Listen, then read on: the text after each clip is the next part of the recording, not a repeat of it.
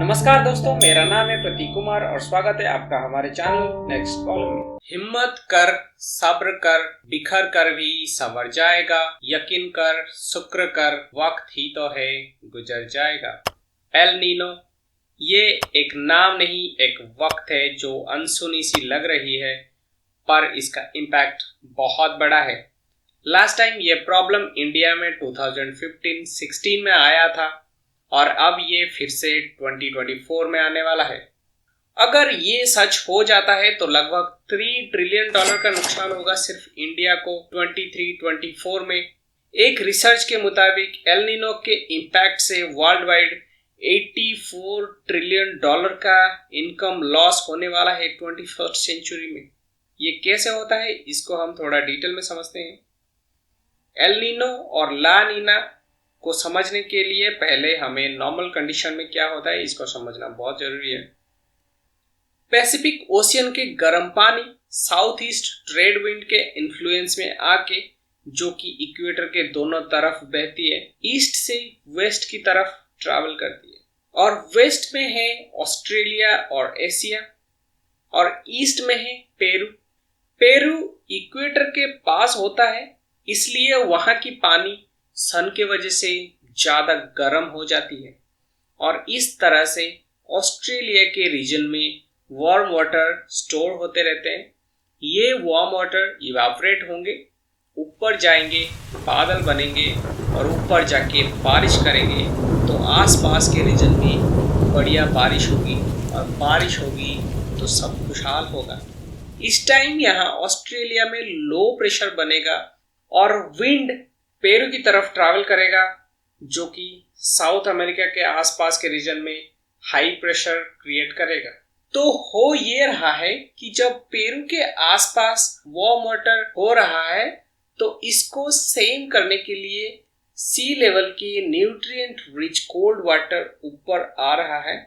इस nutrient rich cold water के ऊपर आने की वजह से वहां के फिश भी ऊपर आ जाते हैं और फिशरमैन अच्छे से फिशिंग कर पाते हैं, तो सब बढ़िया चल रहा होता है। इसको आप वेलिंग भी बोलते हैं। अब इधर ऑस्ट्रेलिया में लो प्रेशर है। फिर एक जगह है मस्करीन आइलैंड। जब यहाँ मस्करीन आइलैंड में हाई प्रेशर बनता है तो ऑस्ट्रेलिया का low pressure wind Mascarene island की तरफ फ्लो करने लगता है और मस्करीन आइलैंड की विंड इंडिया की तरफ फ्लो करने लगता है और इंडिया में भी अच्छी खासी बारिश होता है जैसे ऑस्ट्रेलिया में होता है और हर जगह खुशहाली होती है। ये है नेचर और नेचर का सिस्टम, ये है नॉर्मल कंडीशन। लेकिन जब नॉर्मल कंडीशन में चेंजेस होता है तो उसको बोलते हैं ला नीना। ला नीना में होता ये है कि जो ये साउथ ईस्ट ट्रेड विंड है ये बहुत ही ताकतवर हो जाती है जब वाटर ज्यादा हॉट हो जाता है।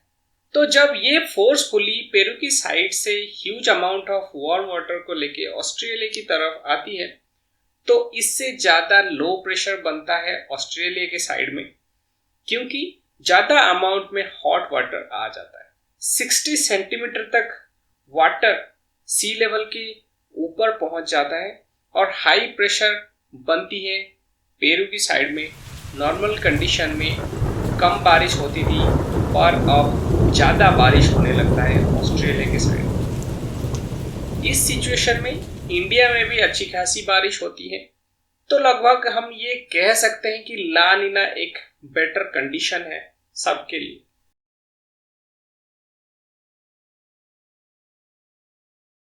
एल नीनो में ये वार्म वाटर जो पेरू की साइड से आती है, ये पेरू की साइड से आती तो है पर वो इतनी स्लो आती है कि ऑस्ट्रेलिया की तरफ पहुंच ही नहीं पाती। जब वार्म वाटर ज्यादा वार्म नहीं होते तो वो अच्छे से ट्रैवल भी नहीं कर पाते। अब ये वार्म वाटर वेस्ट को मूव नहीं कर पाता है स्लो होने के कारण, और जब ये अच्छे से वेस्ट यानी ऑस्ट्रेलिया की तरफ मूव नहीं कर पाता तो ये उल्टा ईस्ट यानी पेरू की साइड में मूव करने लगता है। तो पेरू की साइड में नॉर्मल कंडीशन में हाई प्रेशर बन रहा था, पर यहाँ एल नीनो की कंडीशन में यहाँ लो प्रेशर बनता है। इससे होता ये है कि पेरू में ही इवापोरेशन होता है, पेरू में ही बारिश होता है और पेरू में ही फ्लड आने के चांसेस बढ़ जाते हैं और फिशिंग तो कम ही होती है या ना के बराबर होती है। और ऑस्ट्रेलिया में इधर हाई प्रेशर बनता है, हाई प्रेशर बनने से यहाँ बारिश भी नहीं होता है, यहाँ सूखा और हॉट जैसा वेदर बनता है। इसलिए ऑस्ट्रेलिया में ऐसी सिचुएशन में जंगल में आग लगना एक आम बात हो जाती है। इस सिचुएशन में इंडिया में भी बारिश नहीं होती है, सूखे जैसी हालात हो जाती है। जून जुलाई के महीने में गर्मी हद से ज़्यादा हो जाती है। बहुत ज़्यादा हॉट वेदर होने की वजह से सनस्ट्रोक जैसी सिचुएशन बनना एक आम बात हो जाती है। इससे लोगों की डेथ के साथ साथ एनिमल्स और पूरे रीजन में हर तरफ प्रॉब्लम्स खड़ी हो जाती है।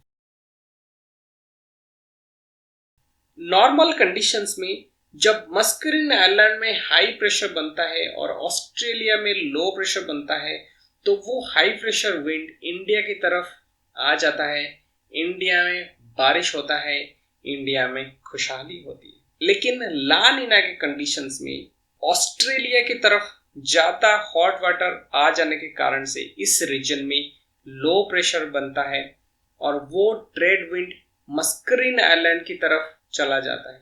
ऑस्ट्रेलिया के रीजन में भी अच्छी बारिश होती है और इंडिया में भी अच्छी बारिश होती है।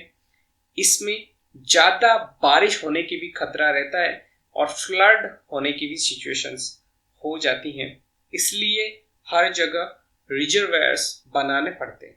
एल नीनो के कंडीशंस में ऑस्ट्रेलिया में हाई प्रेशर बन जाता है और उधर मस्करिन आइलैंड में भी हाई प्रेशर बन जाता है, तो वो ट्रेड विंड कमजोर पड़ जाता है और मस्करिन आइलैंड के विंड इंडिया की तरफ जो नॉर्मल कंडीशंस में जाती थी वो भी कमजोर पड़ जाता है और इंडिया में भी बारिश नहीं होती है, यहाँ पे गर्मी पड़ जाती है।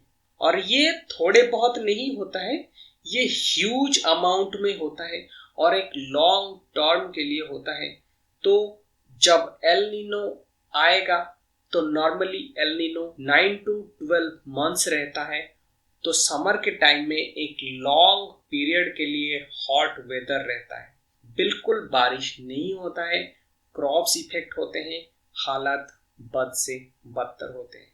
तो अगर हम डिफरेंसेस की बात करें तो ला नीना और एल नीनो में कई डिफरेंसेस होते हैं। जैसे एल नीनो में वार्म वाटर पेरू साइड में होता है और ला नीना में कोल्ड वाटर पेरू साइड में होता है।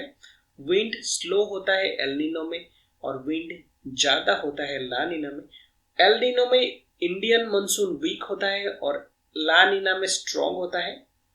एल नीनो में डेंजर सिचुएशन होता है और ला नीना में एक गुड सिचुएशन होता है।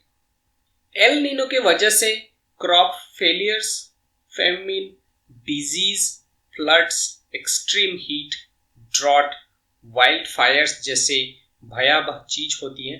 1983 और 1998 में एल नीनो के वजह से पूरे वर्ल्ड में $4.1 ट्रिलियन और $5.7 ट्रिलियन का नुकसान हुआ था और ये फिगर तो बहुत कम है।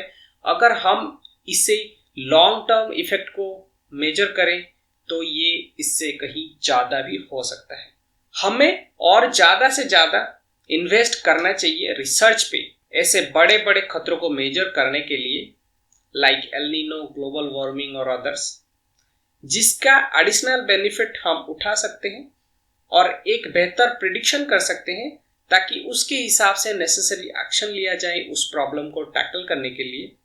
न्यू फार्मिंग स्ट्रैटेजीज बनाना चाहिए ताकि फार्मिंग में ज़्यादा से ज़्यादा लोगों को इंटरेस्ट रहे और लोग इसको एज ए पैशन भी फॉलो करें। ज़्यादा से ज़्यादा कोल्ड स्टोर्स बनाने की कोशिश करी जा सकती है हर एक ब्लॉक में, ताकि फूड के शॉर्टेज के टाइम में उसे यूज करी जा सके without any price increase in all seasons. Alternate waiting और ड्राइंग क्रॉप्स का मेथड यूज करना चाहिए। स्मॉल स्केल इरिगेशन प्रोजेक्ट्स भी लॉन्च करने चाहिए। क्लाउड सीडिंग भी करनी चाहिए। ऑर्गेनिक फर्टिलाइजर्स का यूज जैसे कई चीज करी भी जा सकती। इस प्रॉब्लम के बारे में फार्मर्स को एजुकेट करना चाहिए और उसका सल्यूशन भी दिया जा सकता है ताकि वो इस प्रॉब्लम को टैकल कर सके और अपनी लॉस को भी रिड्यूस कर सके। जब ऐसी संकट की बात आती है तो उस किसान के प्रॉब्लम से बड़ा प्रॉब्लम और कोई नहीं है, जो पूरे देश का पेट भरता है पर अपना पेट नहीं भर पाता। क्लाइमेट चेंजेस हमारे नाकामियों को हाईलाइट करने का एक तरीका है, स्पेशली जब वो रिमाइंड कराता है कि कौन सबसे ज्यादा कमजोर है और ह्यूमन कैसे क्लाइमेट को प्रोटेक्ट करने में फेल हो रहे हैं। आपका क्या राय है कमेंट सेक्शन में जरूर लिखिएगा। चैनल को सब्सक्राइब करें। Thank you so much, take care, bye bye. मिलते हैं नेक्स्ट वीडियो के नेक्स्ट कॉलम में। एक क्वेश्चन के साथ हम इस सेशन को खत्म करेंगे। क्या एल नीनो अर्थ की रोटेशन की स्पीड को इम्पैक्ट करता है? हमें कमेंट सेक्शन में जरूर बताइएगा। Thank you so much, take care, bye bye.